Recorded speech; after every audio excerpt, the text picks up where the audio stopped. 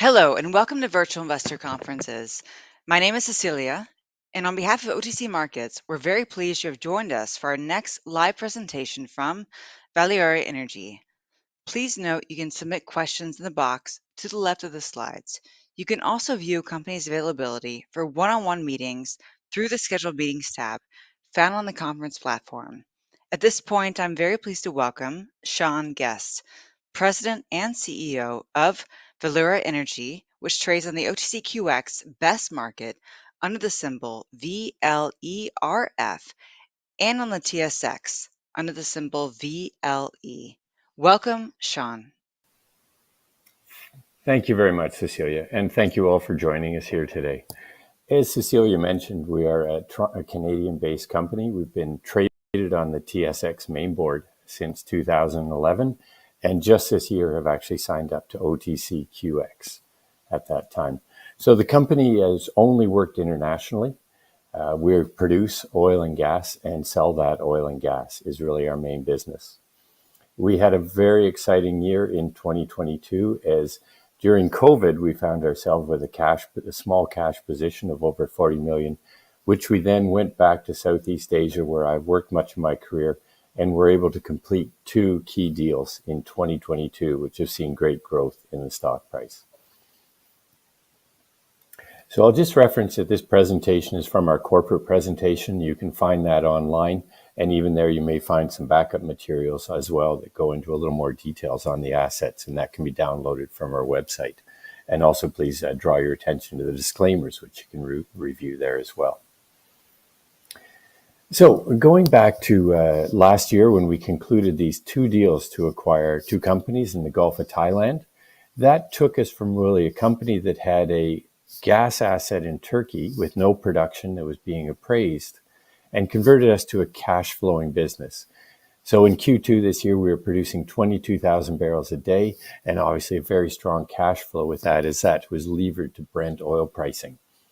Now on the back of those two deals, we were the number 2 company of the oil and gas companies on the TSX and TSXV out of over 120 companies. And we're still this year at the top of our peer group. So we've gone up about 600% since the beginning of 2022. And a lot of that is just this change from the company of transforming it into a cash flowing business. But it's also a demonstration that we do have the team and the capability to do actually very significant deals in the Southeast Asia region. And we see more potential for more of these deals as we move the company forward. So that's just really a key summary of really what's gone on in the company in the past couple of years. Now, if we really look at those two deals as we kind of went over to Southeast Asia to look for deals, one of the key focuses on looking for companies that were under pressure strategically to shed those assets. And the key assets we acquired were 3 producing fields from Mubadala Energy. Now, Mubadala Energy is a sovereign wealth fund from Abu Dhabi, and they were going through a transition of actually getting rid of their oil production and just maintaining gas production. So that deal, which we announced in December, we bought over 20,000 barrels a day of production for about $10 million US.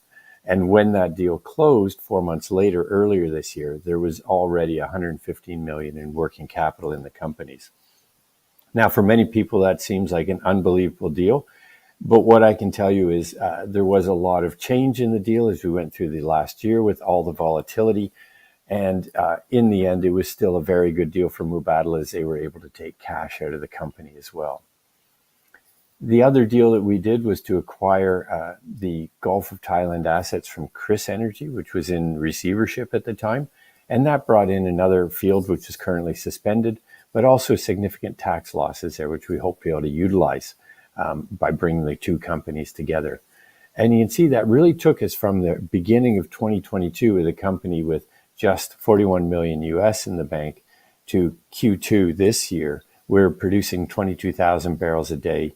We've got 30 million barrels of reserves, and you can see the revenue there of 174 million just for Q2. And that's what you can see on the bottom, how those deals kind of drove that share price up as we move forward. A couple of points just to note as well. One of our key shareholders is Bailey Gifford, who own 12.4 of us. They've been in the company for a while, and are actually still a strong supporter of the company and will remain in the company. One point to note is that we are currently generating relatively significant cash flow. So while our market cap is currently sitting at about 234, with our cash position on these numbers, you can see that that was reduced to about 130, which pretty well comes in at what is really our annual free cash flow after tax, operating cost, capex cost, and that sort of number.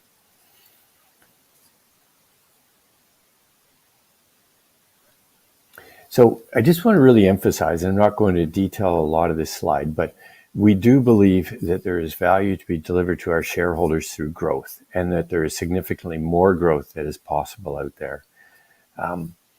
We've done this for the past 2 years, and we still see a runway of moving that forward. Now that we have these 4 assets doing over 20,000 barrels a day, we do see organic growth that exists within those, and the team within Thailand now is working on those assets. As we've demonstrated, we also have the executive that can deliver these inorganic growth opportunities, and we believe Southeast Asia is really the best jurisdiction for looking for this right now. But another pillar I just want to emphasize there in the strategy too is that operational excellence becomes important. It's one thing to be able to do these deals, but you have to deliver and operate the assets to convert that production into cash flow. And that's one of the things that has been critical for us. My background from Shell and Woodside is to have that type of capability and to deliver it. And it kind of then sets up for the team that we've got to kind of work through those different aspects. So I talked about myself, Shell, Woodside background before running private companies. My last job with Shell was doing new business for Southeast Asia, so very familiar with the region. I also for a time ran the oil and gas business for the richest man in Malaysia, and through that time you gain these strong contacts in the area. And that was about a 750 million EV enterprise value private company at that time. Yassine, our CFO, is investment banker who's worked his career in Singapore doing M&A deals in the oil and gas space. Calvin Tang, lawyer, Singaporean lawyer by background, has been involved with the assets we acquired for almost 2 decades now. So he's involved in the acquisition of them, the actual early development of them. He's got a strong background in actually working assets in Thailand, as well as new business throughout the region.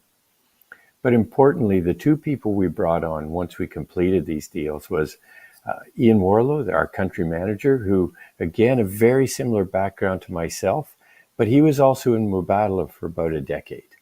And in that time, he was the country manager for them in Indonesia, where he developed a gas field, as well as he was the number 2 in Thailand for the company that we actually acquired.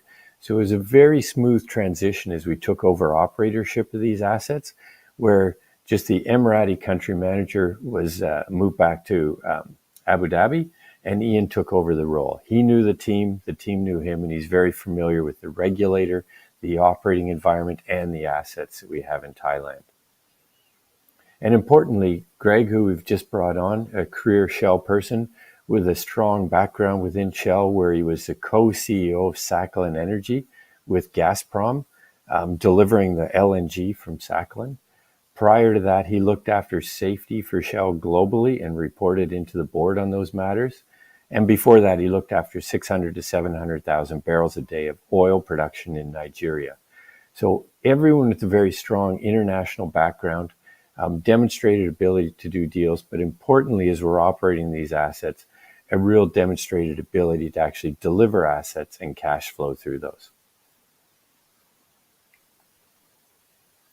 Okay, a bit on the 4 assets that we acquired last year. So first of all of the assets that we hold, we operate, and you can see we have generally very high working interest. Manora is the smallest one that we acquired from Mubadala Energy. And the interesting thing about it was when we were bidding in 2021 for these assets, that field was due to be abandoned in 2022, and it was always a negative number in our bid.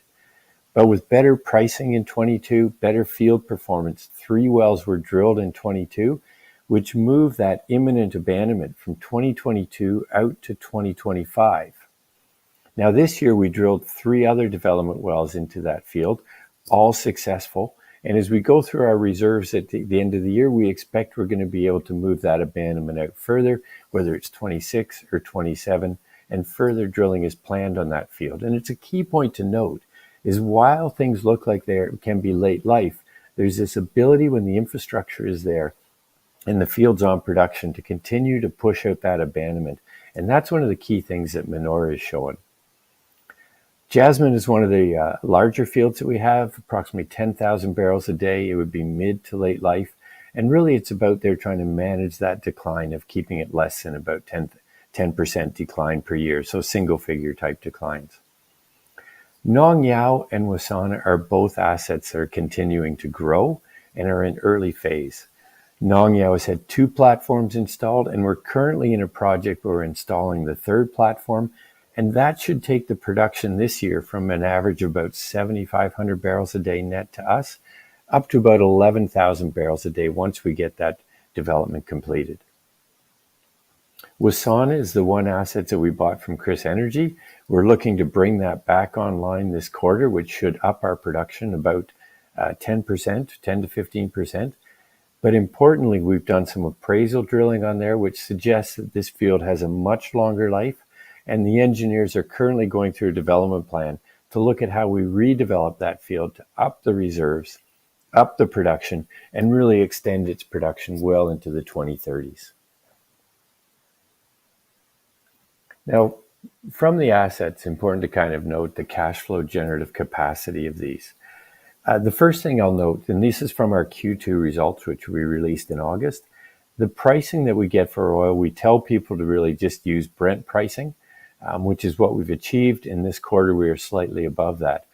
But our pricing, the way it's done in Thailand, is you must demonstrate to the government you've achieved a best price possible, and it's done through a tendering process. So all of our oil is tendered internationally for bidding, and you get the best price you can for it. There's not a domestic market obligation, no domestic market discount. But looking at the Q2 results for that 22,000 barrels a day of production, we ended up after OPEX, royalties, and pre-tax at about 100 million for the quarter of pre-tax cash flow. After the accrued taxes, it's in about 70 million. And then we spent about 34 million in CapEx in that quarter to leave us with 37 million free cash flow, or just over 12 million a month net to us. When we took over these assets, we actually told people to expect we could deliver, probably after all costs, about 10 million free cash flow a month, or equivalent of about 120 million for the year. From a balance sheet point of view, we did take on about 50 million debt to conclude that deal. That debt will all be paid off within the next few weeks or a month. So we've managed to pay off all that debt, as well as starting to accumulate cash into the company. Now, just briefly, the original guidance reference there is once we closed the acquisition of the Mubadala assets in March, we announced our guidance for the year.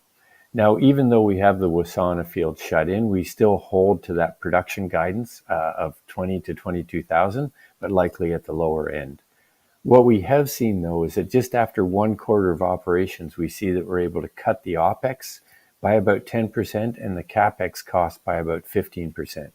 And this is just very quick wins we've got by bringing the 3 companies together. We see more as we go into 2024 and really look for real synergies and efficiencies in the operation of the companies. So what we're really demonstrating is we've really acquired a set of assets that are delivering strong cash flow right now. And what we really want to demonstrate to people now is that these assets are not just delivering it for the next few years, but we see a runway to extend this production out into the future. So looking at the way the Gulf of Thailand works, and it's all very similar operating environment. Water depth is about 50 meters. The geology is all very similar. But what you do have in the geology is the fields tend to be very broken up. And what this means is you're only achieving reserves that you're able to report for the blocks that you've penetrated. So rather than a lot of cases in the oil and gas industry where you see a big field, there's enough wells drilled to demonstrate connectivity, and you start with quite a large reserve base, you can see here you tend to start with a smaller reserve. And the Jasmine field is an example of this. This field was brought online in 2005 with 7 million barrels recoverable. We announced in May that it had produced its 90th million barrel, and there are still more reserves on this field today than there were at the time it was developed. And we're continuing to see this reserve replacement taking place even on these late life fields. And we look at that specifically.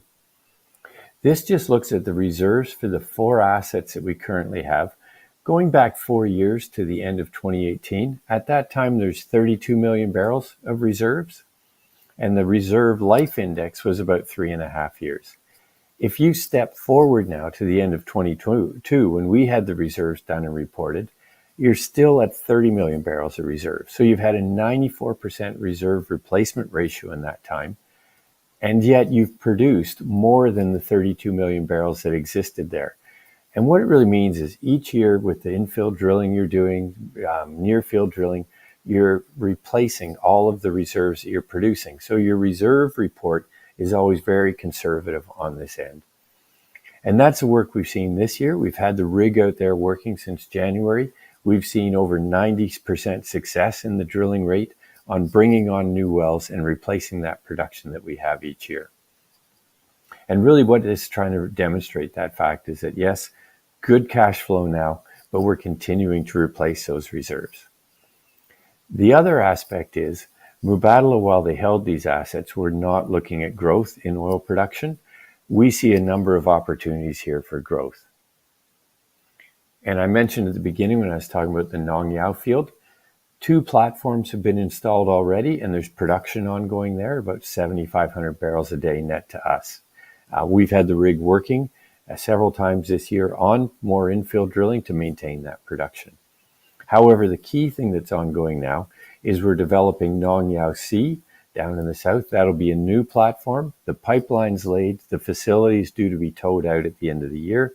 Q1 drilling, and that should take this up to 11,000 barrels a day net to us once on production. We've already identified the areas where we see the next locations, and we can see that as exploration step outs we do to prove the oil is there. The Wassana field, which we took over from Chris Energy, was a small development for Chris Energy, but when they got developing that, they found much more oil in the ground than they had expected. When we brought the 2 teams together earlier this year, we set up a project team to look at this field specifically. And they say there's much more oil in the ground than will ever be recovered with the current small facility that's there.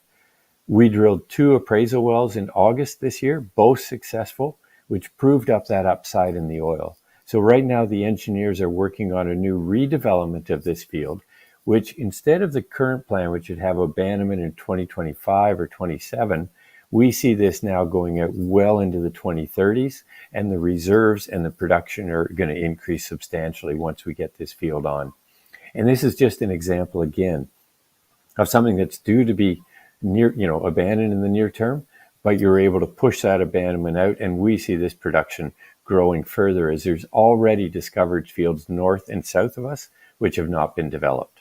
And it supports this case. This is not a short life asset, but these things will continue to produce.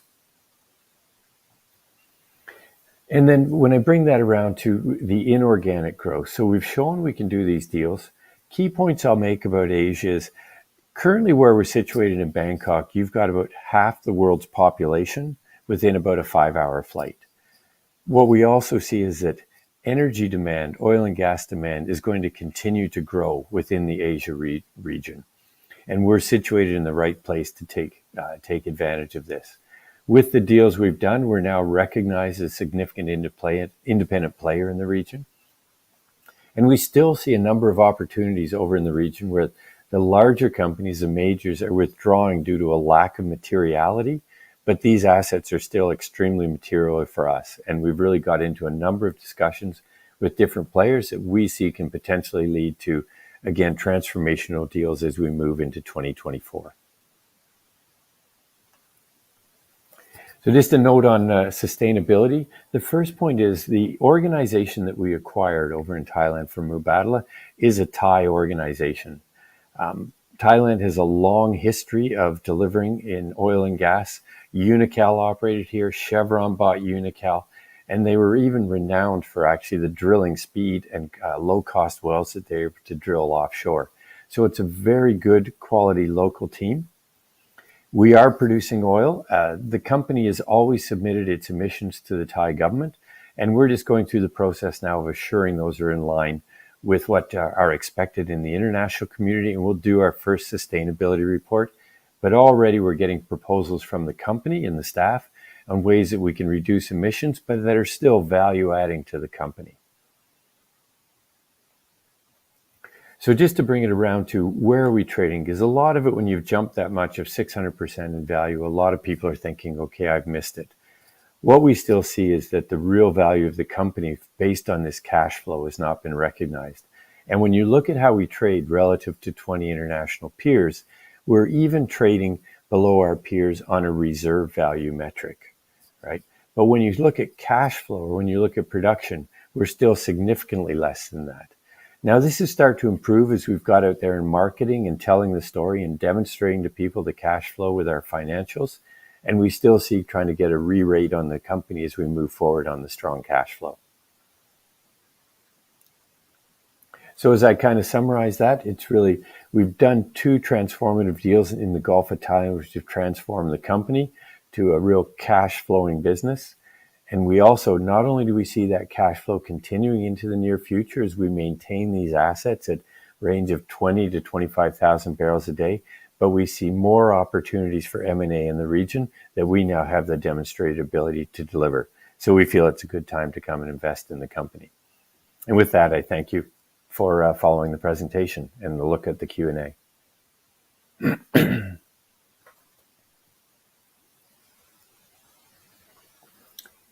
Okay, got a question here from the UK.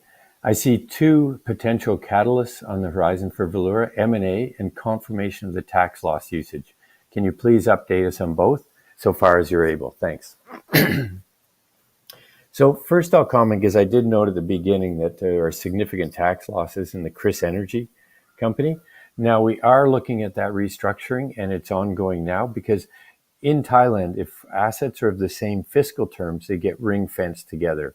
And in this way, we'd be able to bring some of those tax losses from Wasana over and include it with Nong Yao and with Manora, who are of the same fiscal terms.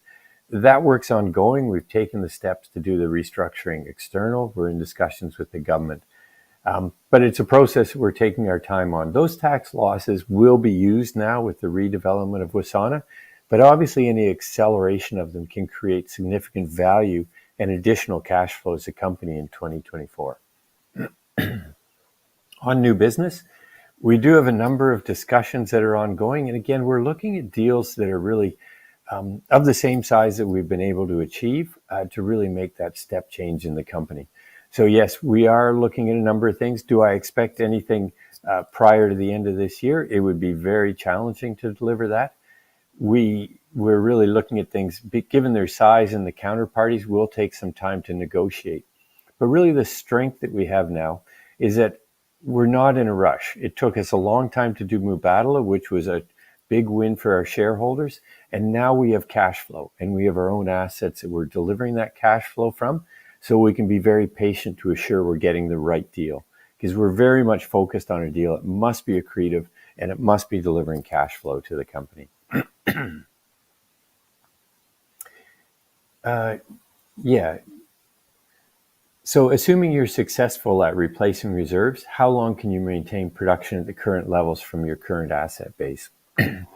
Yeah, with the story that we've kind of put out there, as I kind of commented, well, the reserve profile would show these falling off, in the next few years.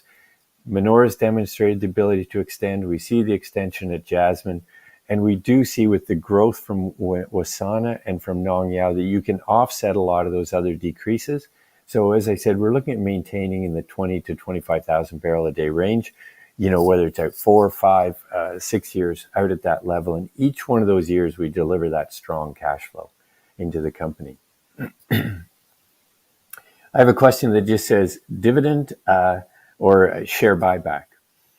Yeah, what I'd like to emphasize, because we do have a very key capital cash strategy that we're taking forward here. 2023 has been about bringing these companies together, closing the deals, and delivering on the production and the cash flow. We wanted to pay off the debt, and we wanted to build up a cash base that as we go into 2024, then we see that we have a strong cash base there that we can work from to either do new deals, demonstrate to people there's no issues with CapEx, no issues with abandonment. So what I expect is we've now we'll have paid off the debt in the next few weeks. We'll have a strong cash flow that will largely cover all of our CapEx for 2024 as we get into Q1. So we're really looking at then, if we get to the middle of next year and we're not utilizing that money for a new acquisition, then we can see the case to review with the board whether we're looking at returning some of that capital to shareholders through the best capitally efficient way at the time, which could for us be whether it's a share buyback or a special dividend at that time.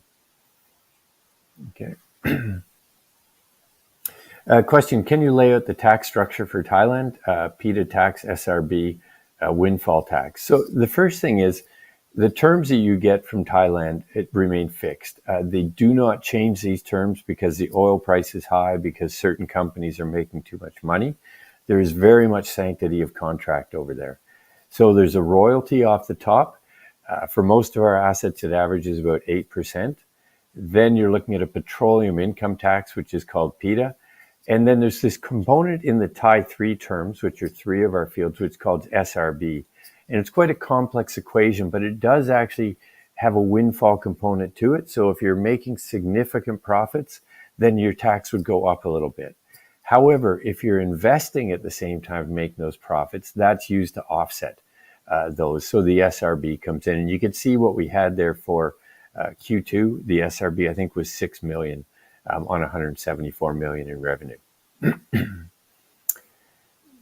Question, do you have a target in mind for how big you can grow the business through further M&A?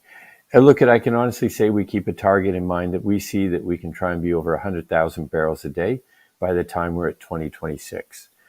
People would generally assume that's fairly aggressive, but they told us the same thing, essentially when we said we'd be over 20,000 barrels a day by the end of 2024.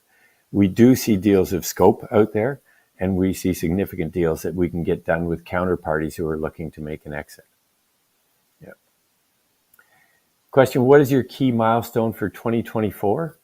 And that would be bringing the Nong Yao C project on to increase the production there, making an investment decision on the Wassana expansion that'll then see that we're going to be able to increase probably about double the production from that field and greatly extend the reserve life.